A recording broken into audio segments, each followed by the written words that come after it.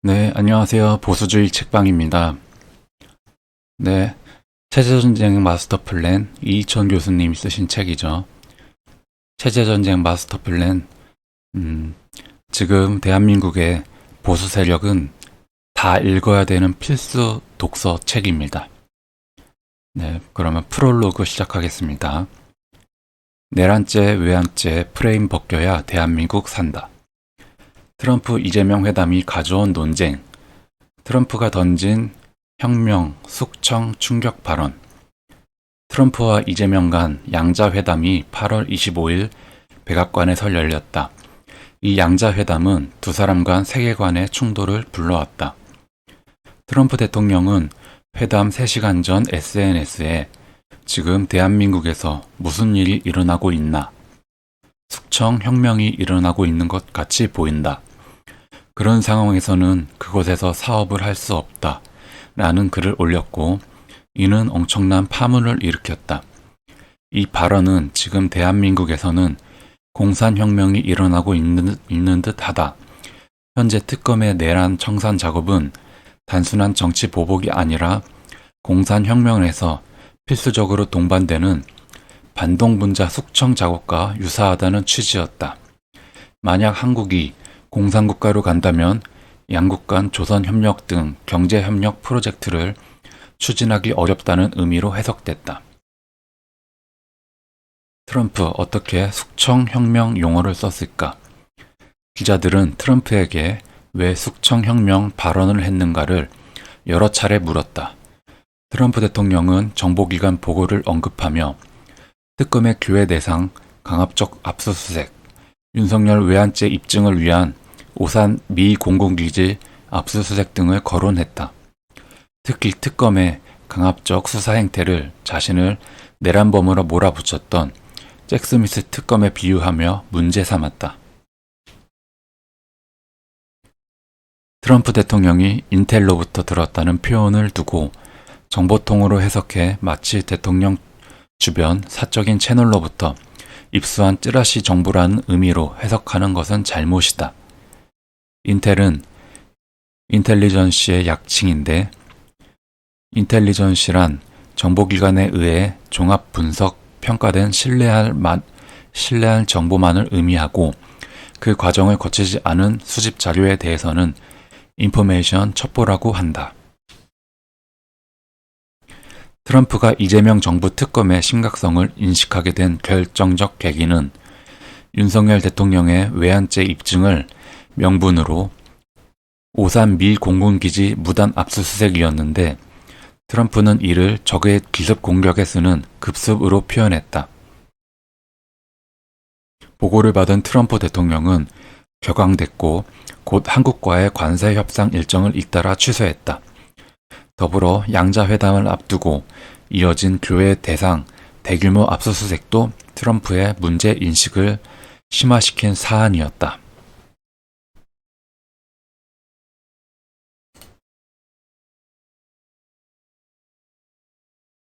위성락 안보실장은 8월 31일 누가 트럼프에게 숙청혁명 관련 내용을 잘못 인식시켰는지 경로를 추적하겠다고 밝혔다.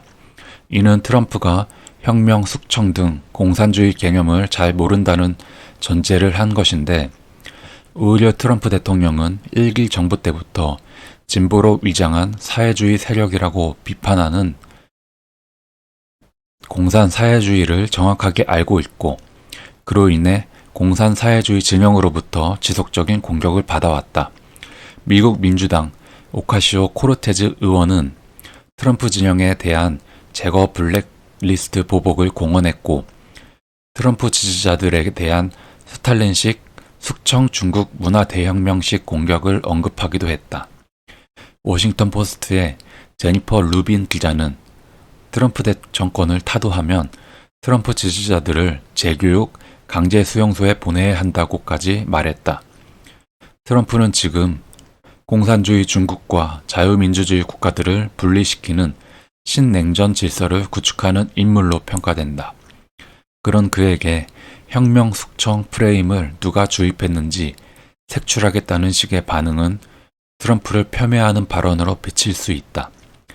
트럼프 대통령은 광범위한 정보 보고를 토대로 이재명 정권의 흐름을 파악하고 있는 것으로 알려져 있다. 이재명 회담 통해 자신의 사상관 드러내다. 트럼프의 공산혁명 숙천 인식에 결정적 확신을 더해준 것은 다름 아닌 이재명 자신이었다. 트럼프가 특검의 미군 기지 및 교회 압수수색에 대한 해명을 요구하자 이재명은 지금 대한민국은 친위 쿠데타로 인한 혼란이 극복되지 않은 상태라며 내란 상황에 대해 국회가 임명하고 주도하는 특검에 의해 사실 조사가 진행 중이라고 답했다. 그의 발언은 윤석열 대통령의 비상계엄을 친위 쿠데타 즉 내란으로 규정하고 특검 수사는 내란범 수사를 위한 정당한 조치라고 본다는 의미였다. 곧 트럼프의 발언을 정면으로 반박한 셈이다. 트럼프는 이재명 세력을 혁명 내란 세력으로 본 반면 이재명은 윤석열 세력을 쿠데타 내란 세력으로 본다. 누구의 판단이 옳은가? 이재명이 내란 세력인가? 윤석열이 내란 세력인가? 내란죄, 외환죄 프레임을 벗겨야 대한민국 산다. 팔이 빠질 것 같다. 제발 놔달라. 윤석열 대통령의 이 외마디는 단순히 10명의 건장한 특검 체포단을 향한 말이 아니다. 그것은 국민과 세계를 향한 절규였다. 그의 외침은 자유국민들에게 나는 이렇게 싸우고 있다. 이제 함께 나서달라는 뜨거운 호소였으며 인권과 자유를 소중히 여기는 세계 자유민주주의자들을 향한 SOS였다. 그의 외침을 외면하는 자는 자유와 인권 그리고 애국을 말할 자격이 없다. 윤석열 대통령은 1.8평의 사형수 깜빵과 같은 열악한 환경 속에서도 자유민주주의를 파괴하려는 세력에 굴복하지 않고 홀로 처절한 싸움을 이어가고 있다. 그의 절규와 투쟁은 낙동강 전선이 무너지는 것을 막기 위해 장병들에게 내가 후퇴하면 나를 쏴라 라고 외쳤던 백선엽 장군의 결기와 같다.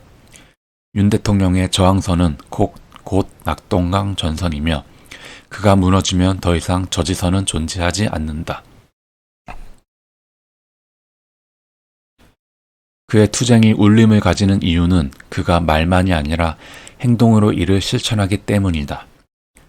지난해 탄핵 소추안 가결 직후 국민께 드리는 말씀에서 밝힌 다짐. 저는 결코 포기하지 않겠다. 마지막 순간까지 국가를 위해 최선을 다하겠다는 약속을 실제로 이행하고 있기 때문이다. 그의 호소에 응답한 애국 국민들은 브라질 국민들처럼 강하게 일어설 것이며 그의 SOS에 응답하는 세계 자유민주주의 지도자들의 지지 또한 뒤따를 것이다. 자신의 몸을 던져 희생하는 윤석열 대통령의 저항의 횃불은 반드시 수백만 국민의 횃불로 이어져 사악한 정권의 종말을 앞당길 것이다. 그들은 윤석열 대통령 제거에 총력을 기울 것. 트럼프 대통령이 윤석열 대통령의 석방을 직간접적으로 요구했음에도 불구하고 이재명 정권은 아랑곳하지 않고 더욱 강한 기세로 윤석열 대통령을 체포하고 특검 수사를 통해 올가미를 씌우려 하고 있다. 윤석열 대통령을 내란죄, 외환죄로 몰아 극형에 처하려는 기세다. 더불어민주당 정청래 전 법사위원장도 지난 1월 윤석열은 법원에서 내란죄로 사형 선고받을 것이라고 발언한 바 있다. 그들이 윤석열 대통령 제거에 집착하는 이유는 그가 가장 큰 장애물이자 저항운동의 불씨이기 때문이다. 그를 제거해야 영구 집권 체제를 구축할 수 있고 1948년 건국된 자유민주주의 체제를 공산주의 체제로 전환할 수 있다고 보기 때문이다. 대한민국 헌법 제84조는 이렇게 규정하고 있다. 대통령은 내란 또는 외환의 죄를 범한 경우를 제외하고는 재직 중 형사상의 소출을 받지 아니한다. 즉 대통령이라도 내란죄, 외환죄라는 중범죄를 저지르면 재직 중에도 처벌받을 수 있다. 그만큼 내란죄, 외환죄는 국가적 중범죄다. 이재명 정부는 윤석열 대통령을 내란죄, 외환죄로 엮어 반국가 사범, 반헌법 세력으로 처단하려는 것이다. 그래야 윤석열 대통령과 그 지지 세력을 완전히 단죄하고 영구히 제거할 수 있기 때문이다. 윤 대통령을 내란, 외환 범죄자로 처단하고 나면 그 칼날은 곧 국민의힘을 향하게 될 것이다. 그들을 위헌정당으로 몰아 해산시키려 할 것이며 나아가 이를 지지하는 자유민주주의 우익 우경 세력 전체를 내란 세력으로 몰아 일망타진하려 할 것이다.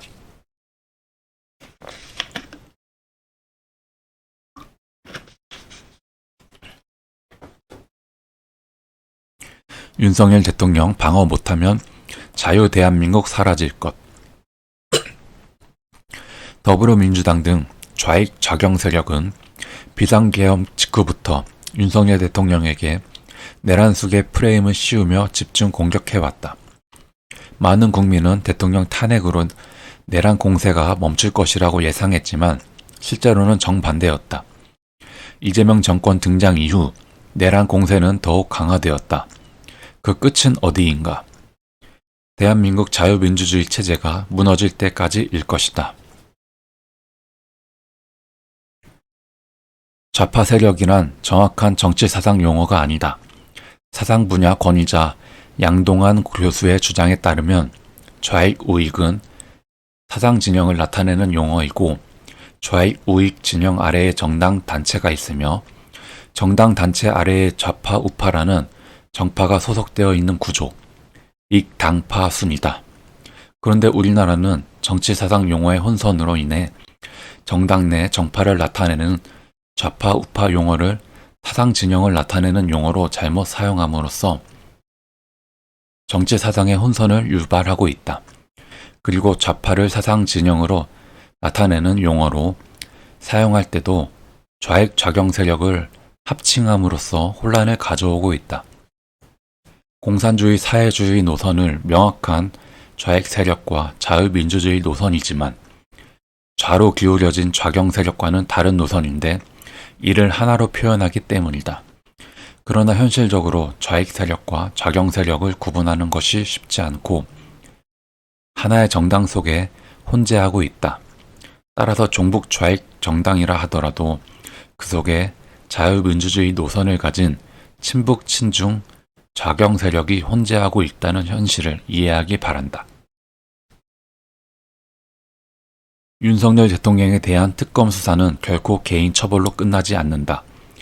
그들은 대한민국에서 자유민주주의 세력의 뿌리가 뽑힐 때까지 계속할 것이다. 따라서 윤석열 대통령에 대한 처벌은 곧 자유민주주의 대한민국 제거의 시작일 뿐이다. 그러므로 지금 자유민주주의 세력은 처절하게 싸우는 전사 윤석열 대통령을 그들의 소나기에서 구해야 한다. 그가 무너진 다음 둑들도 연쇄적으로 무너질 것이다. 그를 그들의 마수에서 구하는 길은 윤석열 대통령에게 씌운 내란죄, 외환죄 프레임을 벗기는 데서 출발해야 한다. 그것이 국민의힘 해체를 막는 길이며 대한민국 자유민주주의 세력을 살리는 길이다. 내란 프레임 피하는 것이 능사가 아니다. 내란 프레임이 이렇게도 위험한 공격 무기임에도 불구하고 우익 진영은 이를 회피하는 데 급급하다.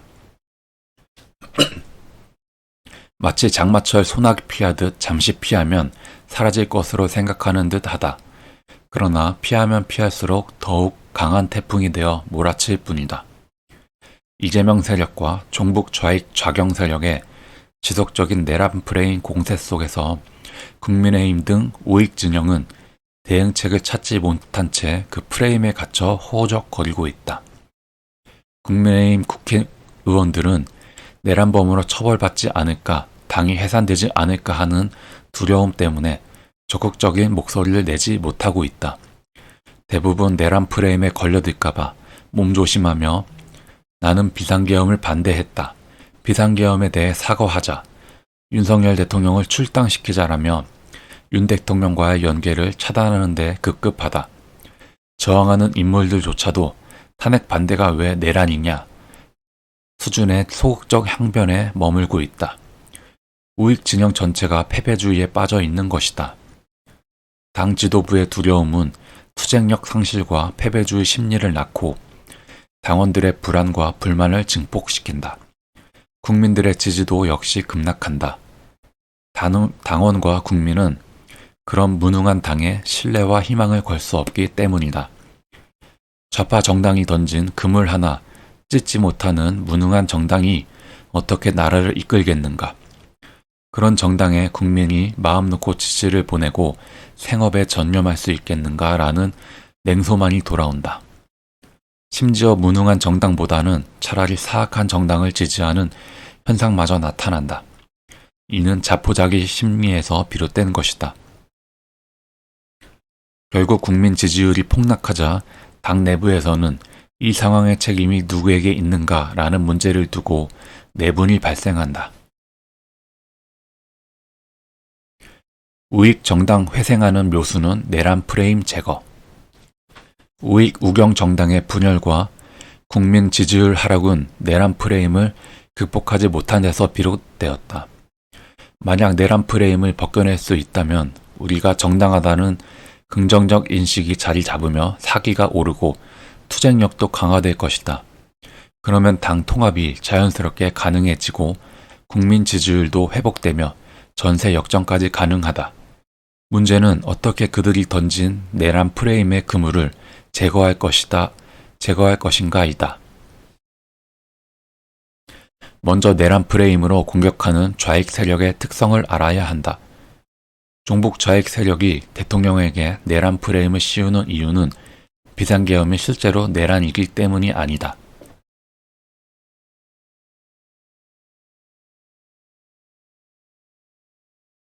그것이 정권을 무너뜨릴 수 있는 효과적인 무기이기 때문이다.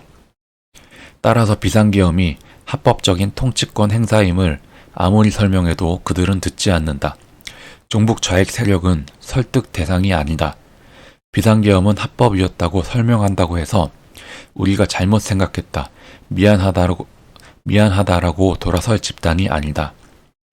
설득해야 할 대상은 좌익 세력이 아니라 주권자인 국민이다. 내란 프레임을 벗어나는 핵심은 종북 좌익 세력이 곧 내란 세력임을 국민에게 지속적으로 알리는 것이다. 공격이 최선의 방어다. 내란 프레임을 벗기기 위한 최적의 방법은 역공을 위한 역프레임을 만드는 것이다. 그들의 급소를 타격하는 프레임을 창출해 국민에게 널리 전파하고 그것이 국민의 뇌리에 깊이 새겨지도록 해야 한다. 전파 방법은 복잡해서는 안 된다.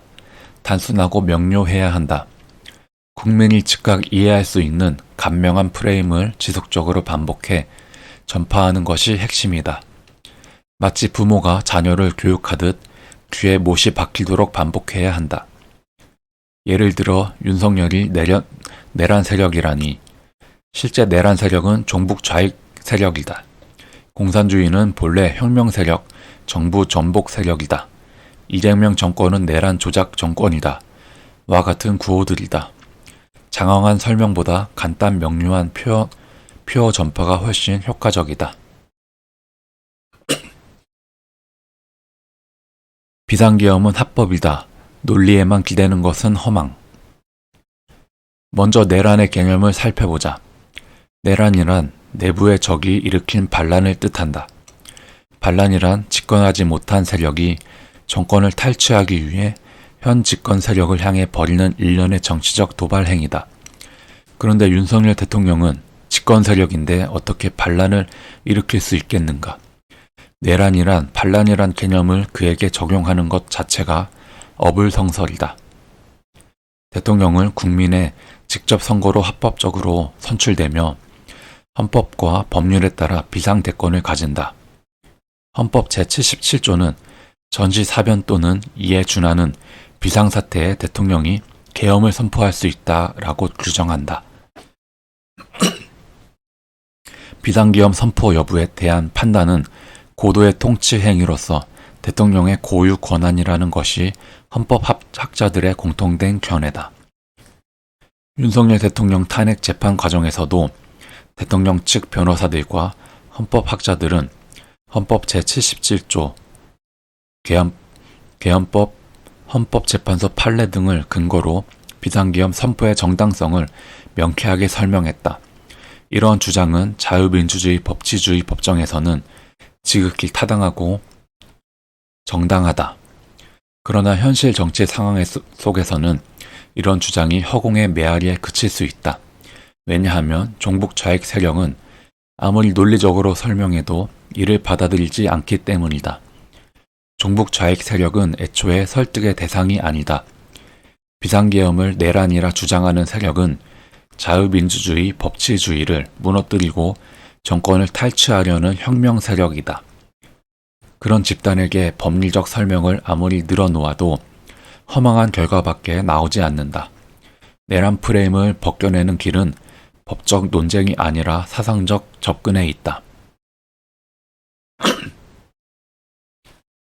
윤 대통령이 비상계엄을 선포한 이유에 주목해야.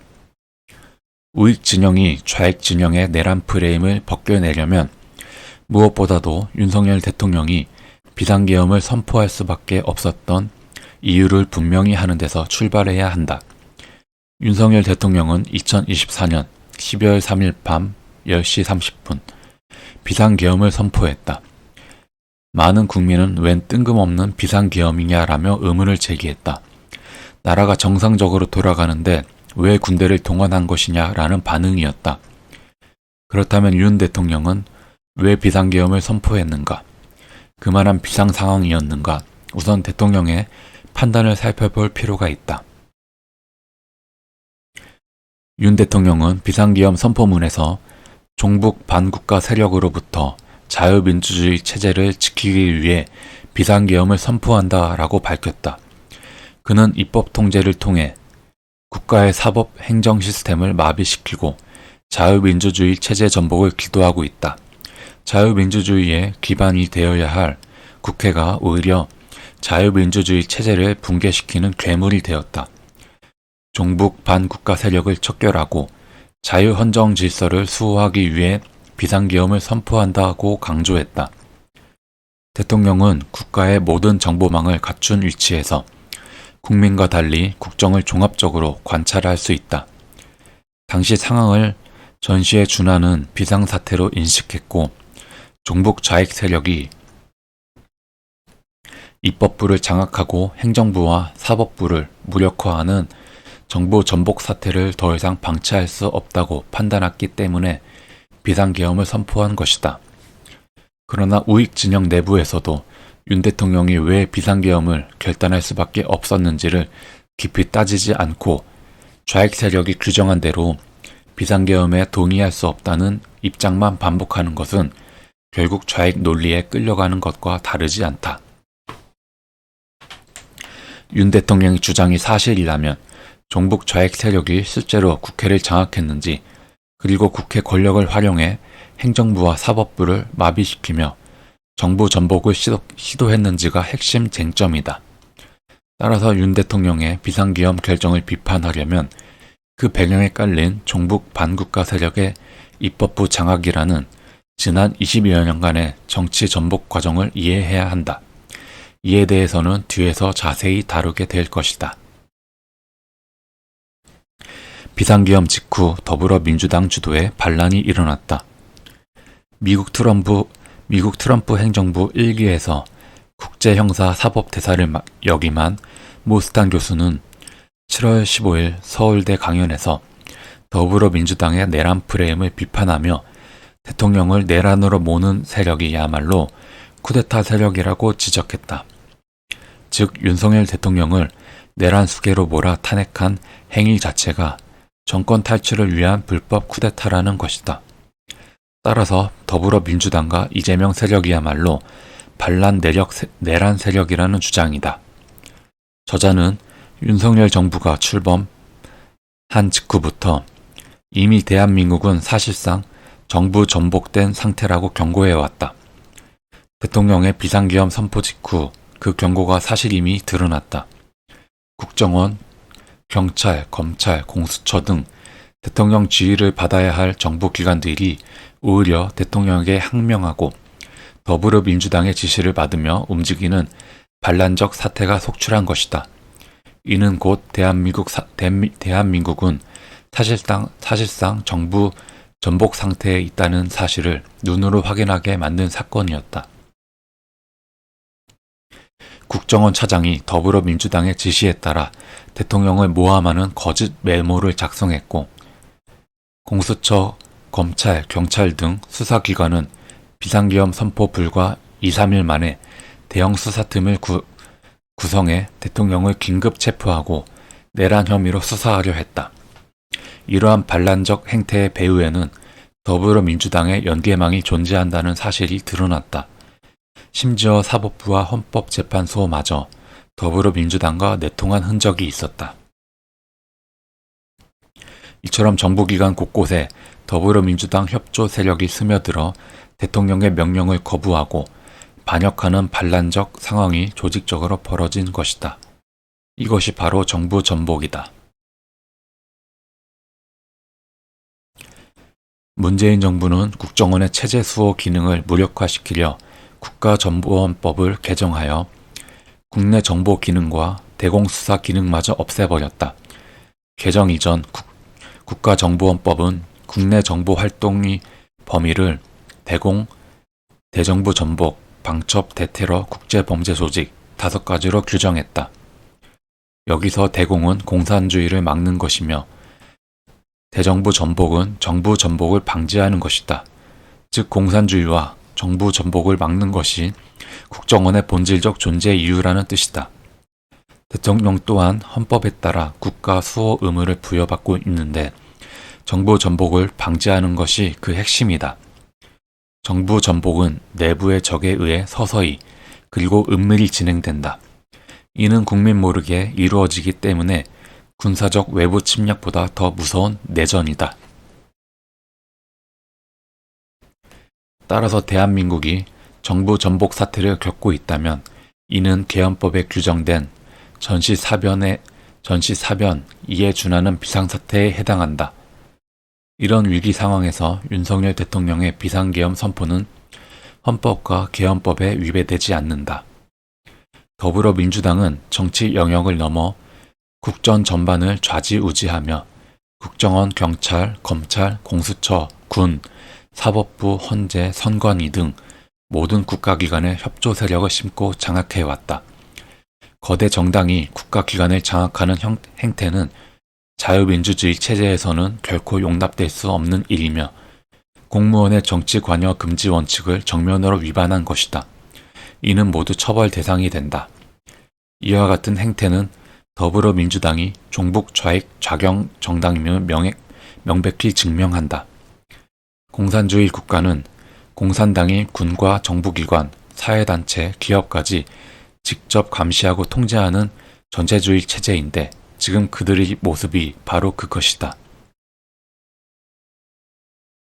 내란범 프레임 먹고 전세를 역전할 방법은 우익 세력이 좌익의 프레임 공세에 번번이 당하는 이유는 프레임 전술에 대한 이해 부족 때문이다. 좌익이 던지는 프레임에 이성과 법 논리로만 대응하면 백전백패다. 그들이 윤석열 대통령과 국민의힘을 내란 프레임에 가두는 이유는 비상계엄이 실제로 내란이어서가 아니다. 윤석열 정권과 우익 세력을 동시에 무너뜨릴 수 있는 효과적인 무기이기 때문이다. 종북 좌익 세력은 정치 공세를 벌일 때 합법성 여부를 따지지 않는다. 그들에게 중요한 것은 오직 상대를 무너뜨리는 효과가 있느냐 없느냐 뿐이다. 그런데 우익 세력은 이들의 주장이 왜 잘못되었는지를 반박하는데 대부분의 에너지를 소진한다. 이제는 그들의 주장이 진실인지 거짓인지 입증하는데 시간과 에너지를 낭비하지 말아야 한다. 오히려 그들이야말로 내란 세력임을 증명하는 역프레임을 만들어 국민들에게 전파하는 데 집중해야 한다. 더불어민주당 등 종북 좌익 세력이 내란 세력인 근거. 더불어민주당은 종북 좌익 좌경 세력의 중심 정치 세력으로 본다. 종북 좌익 좌경 세력이란 북한을 추종하고 자유민주주의 체제를 허물며 공산주의 사회주의 체제를 지향하는 세력과 그 우호 세력을 말한다. 이들은 정부 전복을 위해 협조 세력을 정부 내로 침투시키고 결정적 순간 동시 행동으로 전국을 전환하는 프로세스를 갖고 있다. 이러한 준비 과정을 거친 종북 좌익 좌경 세력은 윤석열 대통령의 비상계엄 선포를 계기로 이때다 하며 정부 내 침투 세력을 총동원해 정부 마비 전복을 시도하고 대통령 체포 국면까지 몰고 갔다고 판단한다. 그러므로 더불어민주당 등 종북 좌익 세력이 내란 세력임을 입증하려면 우선 이들의 공산 사회주의 사상과 혁명을 추구해온 역사적 과정을 밝히는 것부터 시작해야 한다. 첫째, 종북 좌익 세력이 신봉하는 공산주의 주체 사상은 본질적으로 혁명 사상이다. 종북 좌익 세력은 자유민주주의 대한민국 체제를 무너뜨리기 위해 지속적으로 활동해온 내란 성격의 세력으로 본다. 그건 세력이 내란 방지의 책무를 수행하는 윤석열 대통령을 오히려 내란 세력으로 몰아가는 것은 적반하장에 가깝다.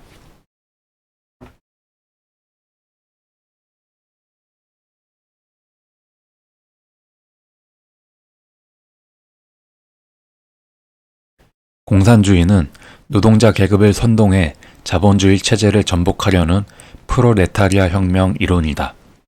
러시아, 중국, 베트남 등 공산국가들은 기존 정권을 무너뜨린 혁명을 통해 성립했다. 남한의 종북 세력도 북한의 지령에 따라 대한민국 자유민주주의 체제를 전복하려온 북한식 공산혁명 세력이다.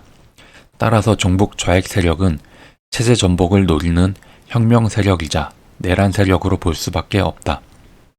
둘째, 2024년 4월 10일 총선 전략은 그들의 내란 의도를 가늠하게 한다. 더불어민주당은 총선 과정에서 여러 좌익 좌경 정당들과 연대 연합 공천 전략을 구사했는데 이는 총선 이후 대통령 퇴진을 추진하고 정권을 장악하려는 의도와 맞닿아 있다고 본다. 특히 더불어민주당이 촛불 세력을 공천 과정에서 배려한 점은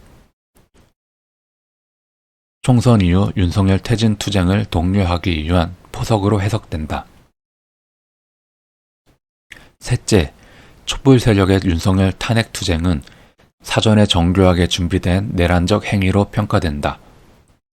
촛불 세력은 2022년 대선에서 윤석열 대통령 당선 직후 촛불 행동을 결성해 탄핵에 이르기까지 180여 회 전국 시위를 주도했다.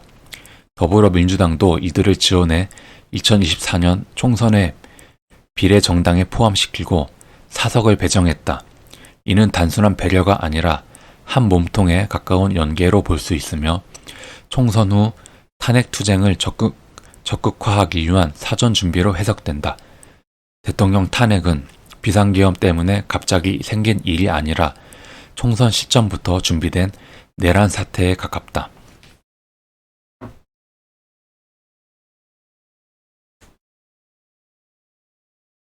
넷째, 더불어민주당을 실질적으로 지탱하는 세력의 실체를 밝히는 일이 필요하다.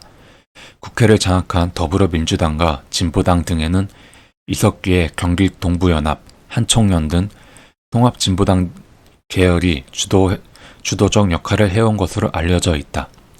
통합진보당은 2014년 12월 헌법재판소 결정으로 해산된 위원전당이며 이를 주도한 경기동부연합은 반체제 성격이 이미 확인된 바 있다. 이들의 혁명 시나리오는 대통령 퇴진, 정부 전복, 정권 장악, 개헌, 체제 전복, 국가 전복으로 이어진다. 대통령을 끌어내리고 체제를 뒤집으려는 목적은 다수의 사례와 정황 증거로 뒷받침된다. 따라서 헌법상 국가 수호 의무를 지닌 대통령이 이러한 혁명 기도를 알고도 방치한다면 헌법적 책무를 저버렸다는 비판을 면하기 어렵다. 비상계엄의 목적은 이 맥락에서 정당성을 갖고 대통령을 내란범으로 모으는 것은 본질을 왜곡하는 주장이다. 이재명 정권, 윤석열 대통령의 외환죄 프레임 덮어씌우려. 이재명 정권은 윤석열 대통령을 내란죄뿐 아니라 외환죄도 엮기 위해 집요한 노력을 하고 있다. 특검이 무리하게 5.3 미 공군기지를 압수수색한 조치 역시 그 일환으로 본다.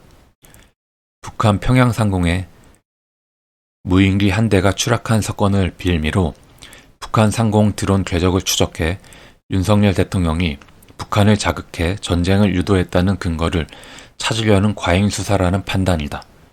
결국 윤석열 대통령을 내란죄와 외환죄로 엮어 처단하려는 목적이라는 점은 명백하다. 내란죄가 국가 내부로부터 국가의 존립과 헌법 질서를 위태롭게 하는 범죄라면 외환죄는 국가 외부로부터 국가의 존립과 헌법 질서를 위태롭게 하는 범죄를 통칭한다. 쉽게 말해 외환죄는 적국, 적대 단체 등 대한민국 밖에 적대 세력을 끌어들여 국가 전복을 꾀하는 중대 범죄로서 사형, 무기징역 등 가장 엄중한 처벌을 받는다. 이는 외환죄 구성 요건을 무리하게 끼워 맞춘 해석이다. 그런 식의 수사라면 오히려 이재명과 더불어민주당 측에 대해 더 중한 외환 관련 책임 검토가 먼저 이뤄져야 한다고 본다.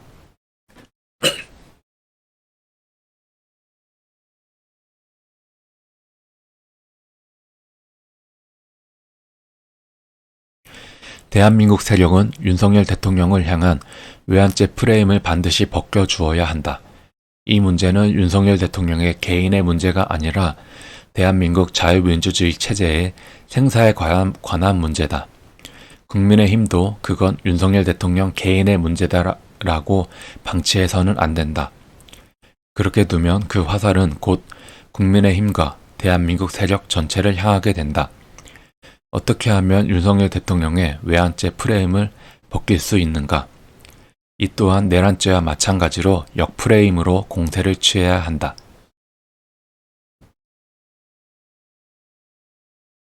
박근혜 탄핵 사태 시 북한 지령과 더불어민주당 혁명의 꿈.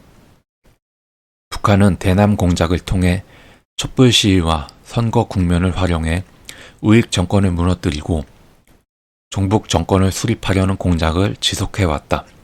2008년 광우병 촛불 시위는 이명박 정권을 흔들기 위한 시도였고 2014년 세월호 시위, 2016년 10월부터 촛불 시위와 대통령 탄핵 역시 박근혜 정권을 붕괴시키기 위한 흐름이었다.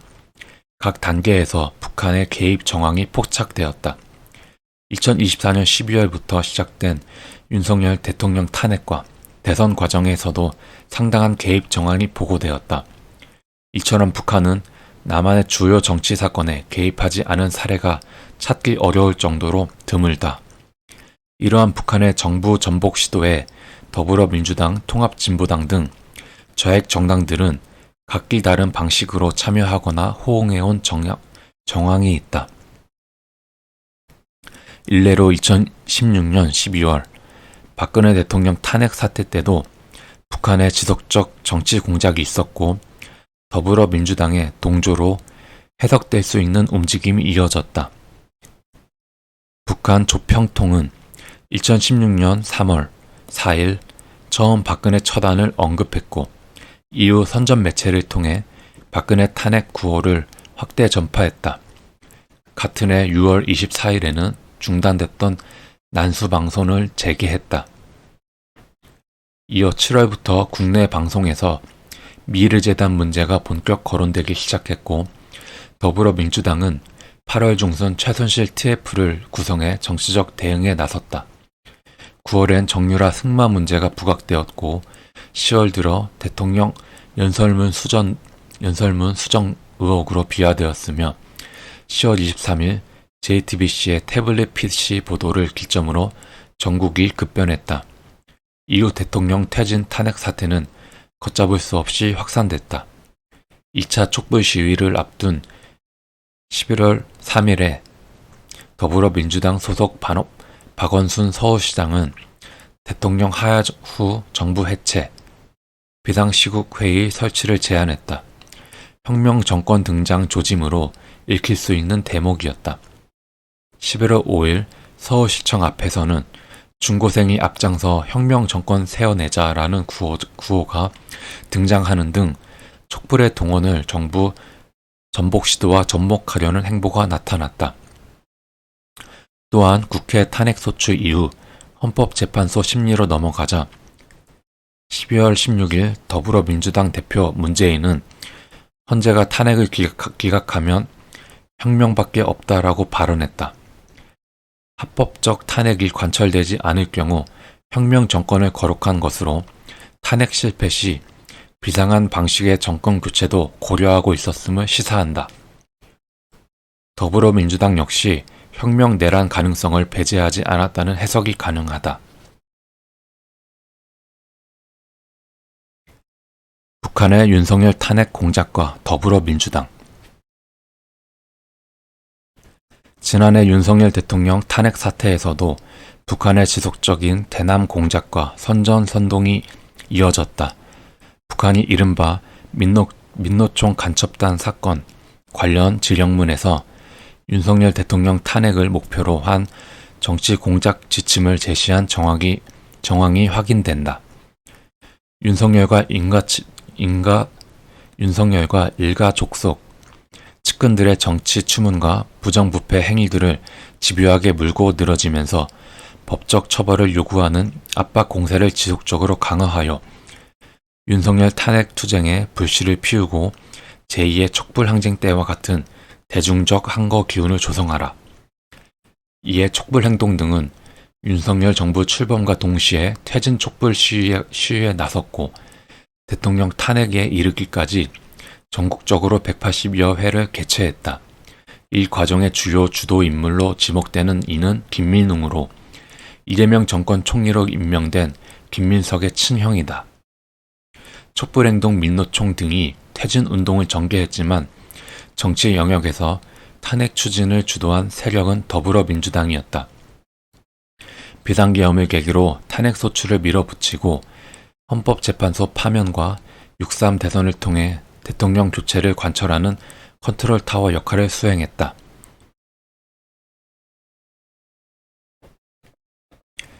이재명 및 더불어민주당과 북한과의 연계성 의심 사례. 이재명 자신이 북한과 통모 또는 연계한 것으로 의심되는 사안이 여러 건 있다. 쌍방울을 통해 800만 달러 대북 송금이 이루어졌다는 의혹이 대표적이다. 다만 거액이 북한에 전달된 목적은 명확히 확인되지 않았다.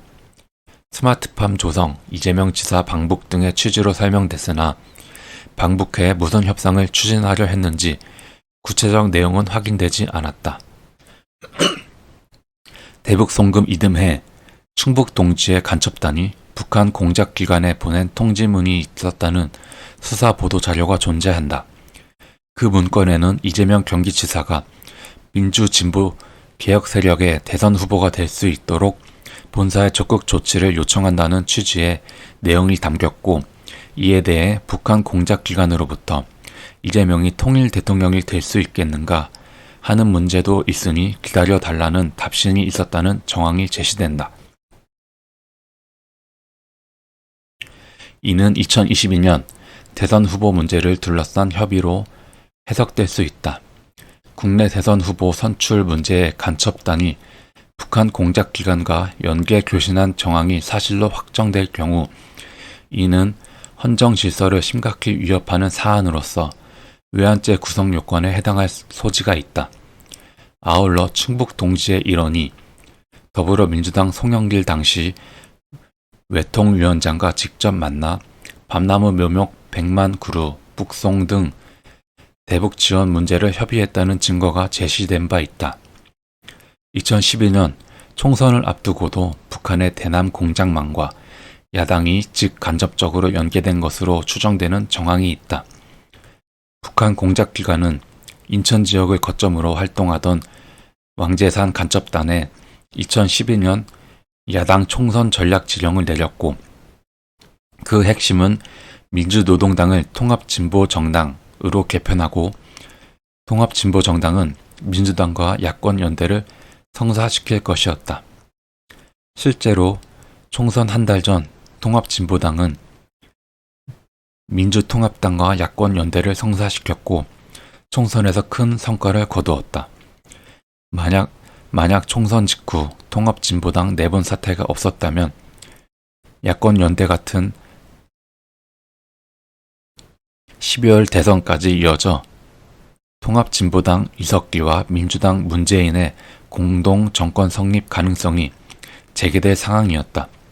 이와 같은 북한 공작기관의 2012년 총선 개입 정황은 대한민국의 헌정 질서를 중대하게 위태롭게 한 사건으로 평가된다.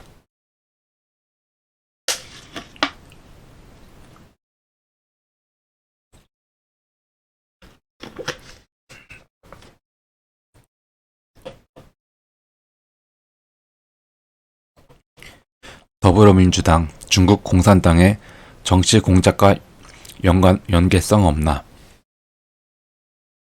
미국 정부기관 출신 존 밀스 대령은 대선 감시 활동 결과를 보고한 6월 26일 기자회견에서 한국 선거에 중국의 개입이 있었다고 주장하며 그 배후로 중국 공산당 최고 전략가 왕우닝을 지목했다.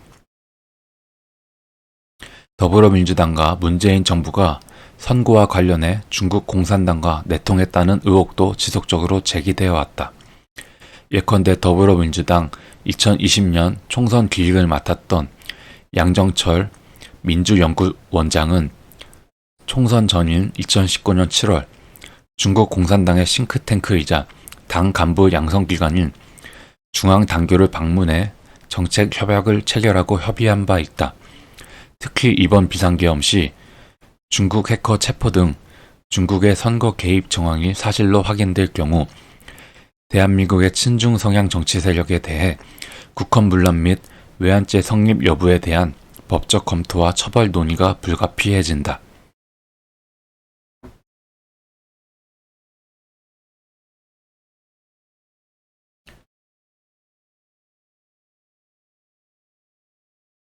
네. 체제전쟁 마스터플랜 프롤로그였습니다. 정말 이 책은 대한민국 국민이라면 꼭 읽어야 되는 책입니다. 이 대한민국에 수십 년간 북한 간첩들이 활동을 해왔고, 그리고 친중 세력들이 활동을 해왔고, 이 대한민국 자유민주주의 세력을 전복시키려는 저 공산주의, 사회주의 세력들의 악랄한 계획이 이 책에 다 나와 있습니다. 저 반국가 세력들을 반드시 척결해야 되는 우리들의 사명입니다. 네. 감사합니다. 보수주의 책방이었습니다.